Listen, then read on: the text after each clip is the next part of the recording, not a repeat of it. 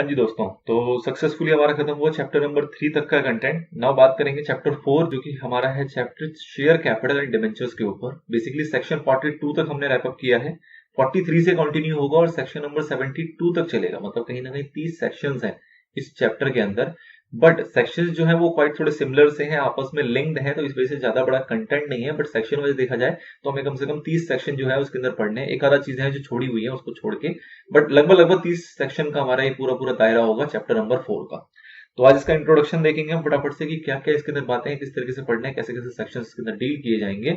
और फिर जो नेक्स्ट वीडियो होगी उससे इसका मेनली कंटेंट शुरू हो जाएगा आपका। आज बस इसका ओवरव्यू एक लेके छोड़ने वाले हैं। तो चैप्टर का नाम आपको पता लग गया, शेयर कैपिटल एंड डिबेंचर। तो सिंपल सी बात पता लगती है कि इसके अंदर शेयर्स की बातें होंगी और डिबेंचर्स की बातें होंगी। जो हमारा सेक्शन है 43 से लेके वो 70 तक चलेगा, जिसमें सारी बातें होंगी रिलेटेड टू शेयर्स। मतलब 70 तक जो चलेगा उसमें सारी बातें होंगी शेयर्स की, वोटिंग राइट्स की, प्रेफरेंशियल शेयर्स की। फिर आपने कुछ प्रैक्टिकल चीजें देखी है कि शेयर्स को हम प्रीमियम पे इशू करते हैं, उसका एक सेक्शन अपना आएगा। डिस्काउंट में इशू करते हैं, उसका एक सेपरेट सेक्शन आएगा।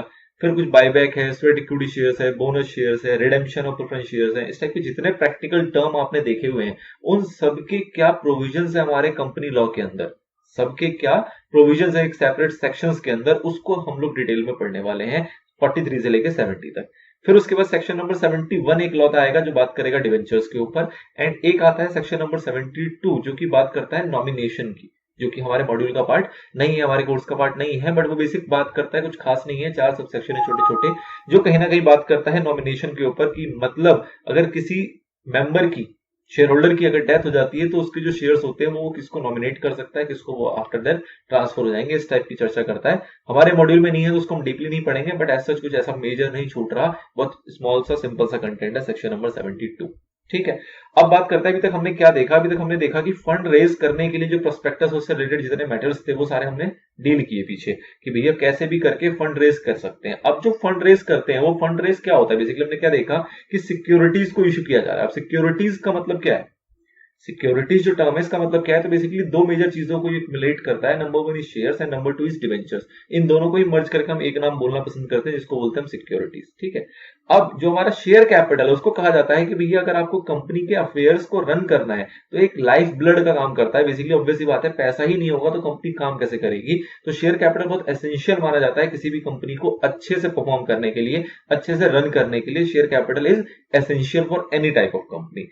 फिर बात करता है ये कि भैया जो शेयर है डिवेंचर्स होते हैं, बेसिकली दोनों को क्यूमुलेट करके हम एक टर्म बोलना पसंद करते हैं जिसको हम कहते हैं क्या, सिक्योरिटीज। अब शेयर्स और डिवेंचर्स में क्या फर्क है, आप बचपन से पढ़ते आ रहे हो, आपने 12th क्लास से पढ़ना शुरू कर दिया था कि सर जी शेयर्स ये होते हैं, डिवेंचर्स ये होते हैं। तो मोटा मोटा डिफरेंस आपको पता है, उसके बारे में ये हमारा लॉ कहीं पे बात भी नहीं करता मोटा मोटा डिफरेंस क्या होता है। बट छोटी मोटी ये बात कुछ इस प्रकार से करेगा कि जो शेयर होल्डर होते हैं वो बेसिकली ऑनर होते हैं, एक तरीके से ऑनरशिप का इंटरेस्ट होता है, उनका मालिकाना हक होता है कंपनी पे। लेकिन जो डिवेंचर होल्डर होते हैं वो बेसिकली एक प्रकार के लेंडर्स होते हैं जिन्होंने उधार दिया होता है और उनको अपने ब्याज से मतलब होता है, कहीं ना कहीं उनको ब्याज मिलता रहे और जब उसका टर्म मैच्योर हो जाए तो उनको अपनी पूरी प्रिंसिपल मिल जाए, कहीं ना कहीं रिपेमेंट हो जाए पूरे अमाउंट का, डिपेंडिंग अमाउंट की प्रीमियम पे होना था या जैसे होना था, जो भी टर्म्स रहे हो। बट जो हमारा मालिक होता है वो क्या है, उसके रिस्क है, उसके अंदर रिस्क और रिवॉर्ड जो है वो उसका दोनों चीज मेजर करता है। मतलब कि ज्यादा रिस्क होगा तो हो सकता है ज्यादा रिवॉर्ड, पर हो सकता है वो नुकसान होने की संभावनाएं होती हैं। लेकिन जो डिवेंचर्स होते हैं उनके रिस्क वगैरह बहुत मिनिमम होते हैं, क्योंकि कहीं ना कहीं उनको ब्याज रिकवर करने का पूरा पूरा राइट होता है एज अदर लोन प्रोवाइडर्स। ठीक है, तो इस तरीके से ये एक बेसिक डिफरेंस है। बाकी आपको बहुत डीप डिफरेंस की चर्चा यहाँ कंपनी लॉ में नहीं होती, वो आपको बचपन से पढ़ता है, पढ़ते हुए आप आ रहे हो। आगे बात करते हैं कि जो भी ये शेयर कैपिटल चाहे डिवेंचर्स हो, दोनों की दोनों जो कंपनी रेज करती है वो अपने लाइबिलिटी साइड में दिखाती है।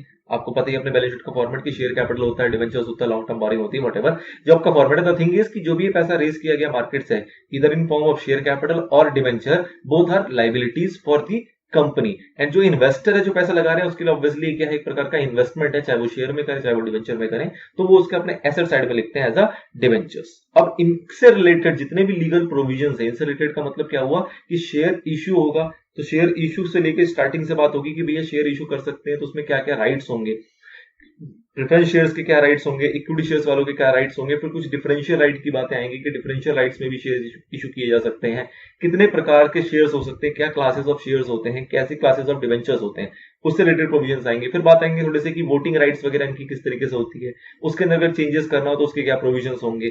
फिर कुछ और आगे बढ़ेंगे तो फिर हमारे पास आएगा कि भैया इशू करेंगे अगर प्रीमियम पे तो क्या होगा, डिस्काउंट पे करेंगे तो क्या होगा, स्वेट इक्विटी शेयर्स इशू करेंगे तो उसके क्या प्रोविजंस है हमारे लॉ के अंदर।